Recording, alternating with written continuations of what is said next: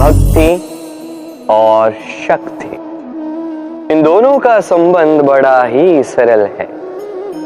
मनुष्य भक्ति करता है ताकि उसे शक्ति मिल सके, और शक्ति मिलने के पश्चात भक्ति भूल ही जाता है, शक्ति की आसक्ति में खो जाता है, और वहीं से उसका विनाश आरंभ होता है। क्यों? क्योंकि भक्ति से मिली शक्ति किसी और का हित करने के लिए होती है, किसी और के लिए कोई शुभ कार्य करने के लिए होती है, ना कि किसी के विनाश के लिए। अब यदि मैं आपको उदाहरण दूं तो कुदाल होती है ताकि हम धरा को खोद सके, एक गड्ढा बना सके और फिर एक नए वृक्ष को जन्म दे सके। एक वृक्ष जो अन्य जीवों को फल प्रदान करेगा, यात्रियों को छाया प्रदान करेगा। किंतु यदि इसी कुदाल का उपयोग हम किसी को हानि पहुंचाने के लिए करते हैं तो हानि केवल हमारी ही होगी। इसलिए जीवन में जो भी शक्ति आपके पास आती है, भले ही भक्ति से या कहीं और से भी, इसका सदुपयोग करना सीखिए, अन्यथा यही शक्ति आपके अंत का कारण बनेगी। वरदान अत्यंत विचित्र भाव है, किंतु देखा जाए तो यह वरदान क्या नहीं कर सकता। एक रंग को यह राजा बना सकता है, एक दुर्बल को संसार का सबसे शक्तिशाली व्यक्ति बना सकता है। पर हम भूल जाते हैं एक अत्यंत महत्वपूर्ण बात। वरदान इस शब्द के अंत में दान छिपा है। ये दान बहुत महत्वपूर्ण है। स्मरण रखना चाहिए हमें कि ये वरदान हमें दान में मिला है, और इसीलिए इसका सम्मान करना आवश्यक है, इस पर अभिमान करना नहीं। और जो व्यक्ति वरदान पर अभिमान करता है उसे हानि ये पहुंचती है कि उसका ये वरदान उससे छिन जाता है। वर अर्थात श्रेष्ठ, अर्थात वरदान का अर्थ हुआ एक श्रेष्ठ दान। अब यदि इसका उपयोग आप किसी को हानि पहुंचाने के लिए करेंगे तो हानि केवल आपको ही पहुंचेगी। तो इस वरदान का सम्मान करें, उचित मार्ग पर चलें और उचित मंतव्य से इसका उपयोग करें, सब श्रेष्ठ होगा। पिता और पुत्र का संबंध अत्यंत मार्मिक होता है। पिता स्वप्न देखता है, उसे पूर्ण करने का हर संभव प्रयास करता है, किंतु फिर भी कई बार उसके स्वप्न अधूरे रह जाते हैं। फिर पिता सोचता है कि जो स्वप्न वो नहीं पूर्ण कर पाए उसकी संतान अवश्य पूर्ण करेगी। जिस स्थान तक वो कभी पहुंच नहीं पाए उसकी संतान अवश्य वहां पहुंचेगी। पिता अपनी संतान के भविष्य में वो स्वप्न देखने लगता है, और ऐसे में जब ये संतान आगे बढ़ती है उसे दुख नहीं होता, अपितु गर्व होता है। उसे अच्छा लगता है ये देख के कि उसकी संतान इतनी आगे जा रही है। किंतु जब संतान अपने ही अभिभावक की शक्ति से, उसके यश से ईर्ष्या करने लगती है, समस्या वहां उत्पन्न होती है। इसलिए हर संतान को यह स्मरण रखना होगा। देखिए, पुत्र होने के नाते, एक संतान होने के नाते आपका यह अधिकार है कि आप अपने पिता से बहुत आगे जाएं। आपके पिता भी यही चाहते हैं, परंतु स्वस्थ रूप में ये कीजिए। एक रेखा खींच लीजिए ना, ताकि आप आगे बढ़ते जाएं और आपके पिता को उसका गर्व भी हो और इस बात का दुख भी न लगे कि मेरी ही संतान मुझे छोटा करने का प्रयास कर रही है।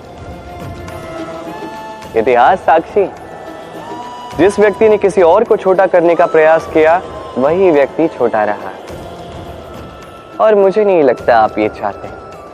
किसी दिन आप भी किसी के पिता ही बनोगे।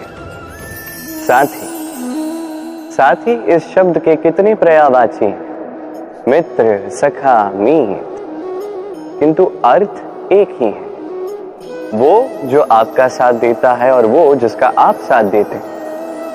अब सबसे बड़ा प्रश्न ये उठता है कि कौन है वो जिसे आपको अपना साथी मान लेना चाहिए, अपना सखा, अपना मित्र, अपना मीत मान लेना चाहिए। आपका साथी वो जो दुख में आपके साथ खड़ा रहता है, आपका हाथ थामता है। आपका साथी वो जिसका हाथ आप अपने सुख में थामते हैं।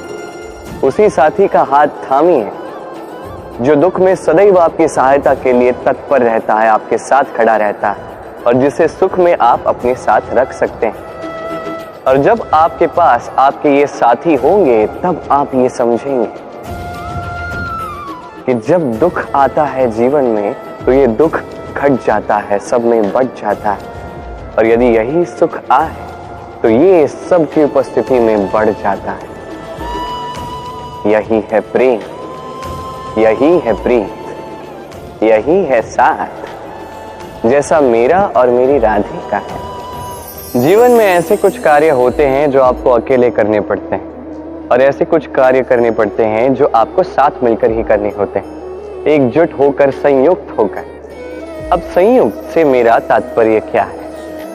मैं उन लोगों की बात नहीं कर रहा जो वास्तविक रूप में एक दूसरे के साथ आकर कार्य करते हैं। मैं उन लोगों की बात कर रहा हूं जो एक दूसरे से दूर रहकर भी एक दूसरे पर विश्वास करते हैं। मैंने पहले भी कहा था, समस्त विश्व की आस विश्वास में ही वास करती है। क्यों? तो जहां समस्त विश्व है, जहां समस्त संसार है, वही विश्वास है। तो अपने आसपास ऐसे दल को संगठित कीजिए जिन्हें आप पर विश्वास है और जिन पर आप विश्वास करते हैं। हम जिस व्यक्ति को चाहते हैं, जिसे प्रेम करते हैं, उसे एक भेंट अवश्य देना चाहते हैं। एक ऐसी भेंट जो उन्हें बहुत अच्छी लगे, जो श्रेष्ठ हो, अति प्रिय हो, बहुमूल्य हो या कहो मूल्यवान हो। इसलिए हम क्या करते हैं? हम हाट जाते हैं, उनके लिए स्वर्ण, आभूषण, रत्न, हीरे, मोती ले आते हैं। परंतु क्या यही सर्वश्रेष्ठ भेंट है? कदापि नहीं। सर्वश्रेष्ठ भेंट है स्वतंत्रता, उसे अपने मन के अनुसार जीने की स्वतंत्रता। यदि आप किसी को स्वतंत्रता नहीं दे पाते तो वो कहीं ना कहीं बंध जाता है, उसका विकास कहीं ना कहीं रुक जाता है। किंतु यदि आपने किसी को स्वतंत्रता दे दी तो आप देखेंगे कि वो समस्त संसार को, इस जीवन को अपनी दृष्टि से देखेगा और समझेगा कि उचित क्या है और अनुचित क्या है, और यही सबसे श्रेष्ठ है। अब यदि केवल स्वतंत्रता दे देने से आप किसी को इतनी बड़ी शक्ति दे सकते हैं तो आप ही मुझे बताइए, क्या इससे बड़ी भी कोई भेंट है? कर्म, धर्म और कर्तव्य, ये तीनों आपस में जुड़े हुए हैं, और कई बार इन तीनों को पूर्ण करते करते हमें उस व्यक्ति के सामने भी खड़ा होना पड़ता है, उसके विरुद्ध जाना पड़ता है जिसे हम सबसे अधिक प्रेम करते हैं। किंतु वहां ये युद्ध, ये व्यक्तिगत युद्ध नहीं रहता, ये होता है कर्म, धर्म और कर्तव्य का युद्ध। सरल नहीं, अत्यंत कठिन होता है उसका सामना करना जिसका हम सबसे अधिक सम्मान करते हैं। किंतु हमें तो हमारे धर्म के पथ पर चलना ही होगा, क्योंकि हम कर्मबद्ध, कर्तव्यबद्ध, और यही उचित भी।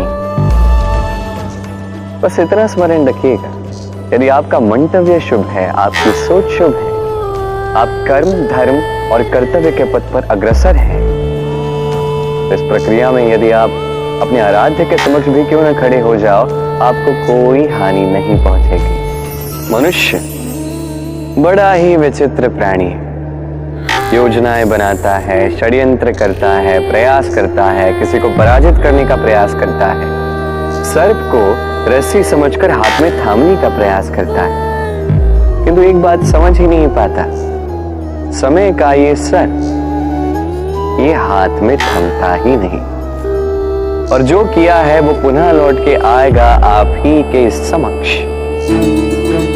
देखिए, इससे कोई अंतर नहीं पड़ता कि आप कुम्हार के पुत्र हो या कृष्ण के पुत्र हो।